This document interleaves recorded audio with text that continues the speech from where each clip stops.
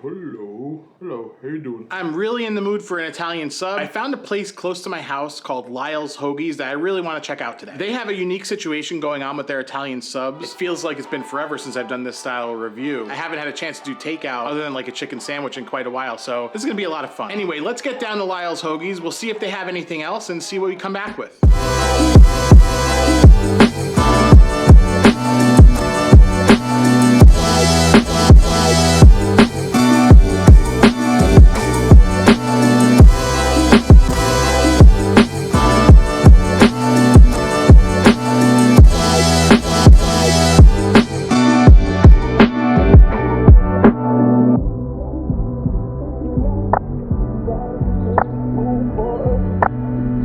So I was actually surprised when I actually plugged into my GPS Lyle's Hoagies in Schenectady. Turns out there's 3 locations in Schenectady and then also one in Colony, kind of close to work. I had to pick the one that was closest to home because that's the one that I was looking at online. I didn't realize it was kind of like a local chain. That's kind of cool. And for the purpose of the review, I actually got a couple of things, but the thing that you came here to see is the Italian sub, and we're gonna get right into that first. The one thing I want to tell you about their Italian subs is they actually have 3 different versions of an Italian sub, and I want to go over that before we get into the tasting because I think it's really important here. So first, they have what's called a mixed Italian. Now that comes with roasted peppers, capicola ham, Genoa salami, and provolone. Okay, so that's kind of like your standard Italian mixed sub or hero, or in this case here, hoagie. In Brooklyn, hoagie is not really one of the vernacular for this type of submarine sandwich. It's more of a kind of a Philadelphia thing, but it's kind of made its way here to upstate New York, neither here nor there. The other sandwich is called a hot Italian, which is hot peppers, capicola, pepperoni, and provolone. So you got a little bit of spicy elements there between the hot peppers and the pepperoni. So they're variations of each other, but then they have what's called a super Italian, where they mix the sweet and hot peppers. They give you salami and pepperoni, as well as the capicola ham and the provolone. So you guys know me, I had to go with that just because it's a story.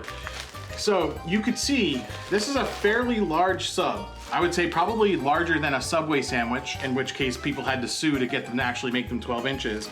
But you see, I also got my little bitty bag of Funyuns, and it came also with a soda. She kind of upcharged me for, I was just gonna get this, but she said you can get the combo with the soda, and I'm not seeing on the menu here what the deal is with the combos and how much it was or how much I saved. But between this large sub, which was $8.40, and then this other sub, which we're gonna get to this tasting later because I had to try this when I saw it on the menu, it ended up being $15 total. Funyuns, soda, large Italian sub, and the bonus sub was all $15, which I think wasn't bad at all. Enough jabbering, let's get into this Italian sub. I will say it's fairly heavy. As she was making it, I'm talking too much. You guys gotta get on me for talking too much. Oop, I already see a flaw. So while I was unwrapping this, again, I'm talking too much, but while I was unwrapping it, it actually fell apart because the bread is pre-sliced and it's this style, kind of like supermarket sub bread. I'm not gonna hate on it until we actually taste this, but you can see we got a lot going on here. So without any ado, let's get into the tasting. Let's put it this way, I'm glad I asked for light on the oil and vinegar.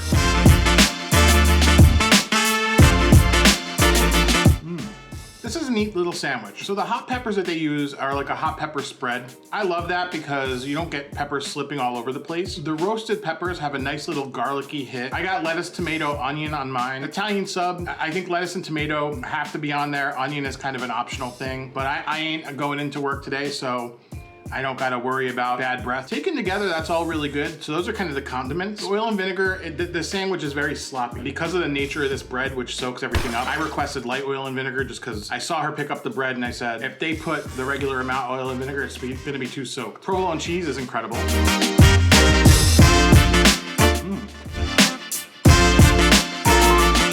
One thing when you go to these delis where everything is pre-sliced, everything's sliced kind of on the thicker side. If I had any complaints about this sandwich, the 2 complaints that I have are the bread. The bread is a little bit, it's kind of soft. This is kind of like your chain sub sandwich bread. I think even if you went to like a DeBella's or a Jersey Mike's, you'd get a little bit crustier bread. This bread is definitely on the soft side. However, $8.40 for the length and girth of this sub is absolutely reasonable. As much as I can complain about the bread and also the thickness of the cold cuts, this is a sub that's under $10. You can't beat that. I don't care that this might not be the best quality ingredients. I don't care that the bread is kind of soggy because I spent under $10 for this amazing Italian sub.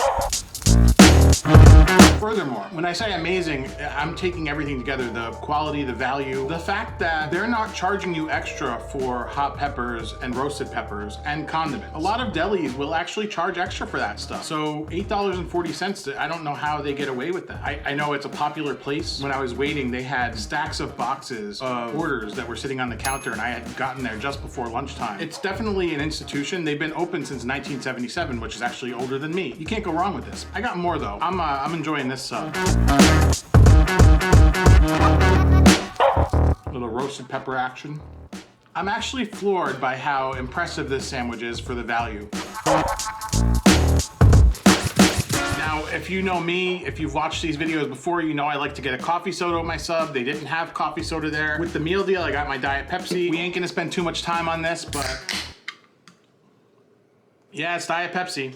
And then I love these little baby bags of potato chips. Like these are like the snack bags that you get your mom packs with your lunch. Whether it's Funyuns or Dipsy Doodles, those are my favorite. Gotta go in with a little Funyun.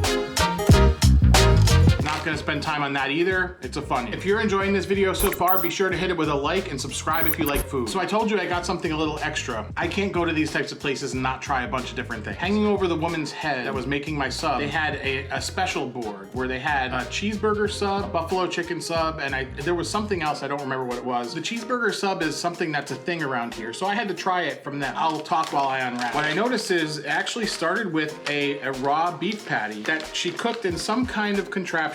Could have been a microwave. I'm not gonna judge based on what I saw because this place has been in business since 1977. They obviously are doing something right. And even that cheeseburger sign didn't seem like it was something printed recently. It seemed like that's been up there for at least 20 years. So I ended up getting their cheeseburger sub. But because of the fact that I went with the large Italian sub, which I'm not gonna sit here and eat that entire thing now, the second half of that is gonna be for a later snack, I figured I would get this sub and give it a shot while we were talking about Lyle's Hoagies. So the cheeseburger sub is like literally half of a cheeseburger. I had her put American cheese, a little bit of mayonnaise, a little bit of ketchup, and lettuce and tomato because that's part of the cheeseburger sub upstate New York experience. Let's go for it. Oh, toasted roll this time as well. It seems like they have a toasting contraption. It's very similar to Subway.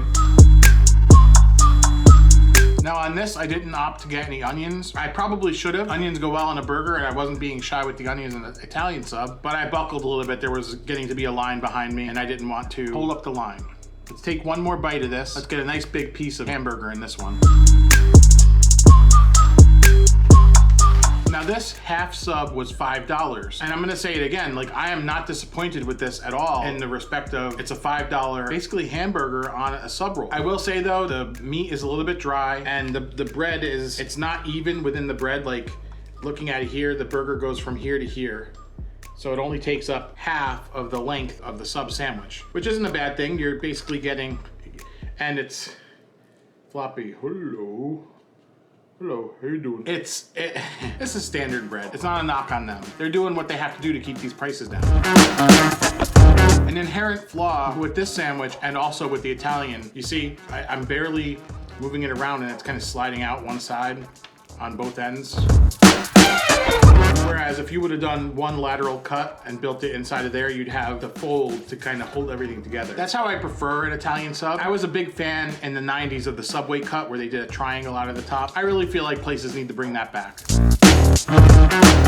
One thing to note is while I was in there, there were other customers kind of consorting with the people who worked in Lyle's Hoagies, and the people working there were super nice with them. It seems like definitely a community place. It's definitely run by like a mom and pop type operation. Even though they have 4 locations, it seems like all the locations kind of give you a similar experience, and I think that's kind of awesome here in 2021. So I'd say as far as being local to the Schenectady area, it seems like they make it easy to access their sub. It's not really something I'd go out of my way to get just because this style sub is something you can get anywhere and they do it pretty well anywhere you go. But for $8.40 for the length of Italian sub that they served here, I can't say a bad thing about it. And that includes my discussion of the bread and the thickness of the cold cut. Sometimes you just have to sacrifice a little bit of those quality elements in order to keep the price down. And I would say for a business that's been there for 50 years, they obviously know what they're doing. If you want to see more of my quest to get a good Italian sub, I'll leave a link to my playlist of Italian subs right here.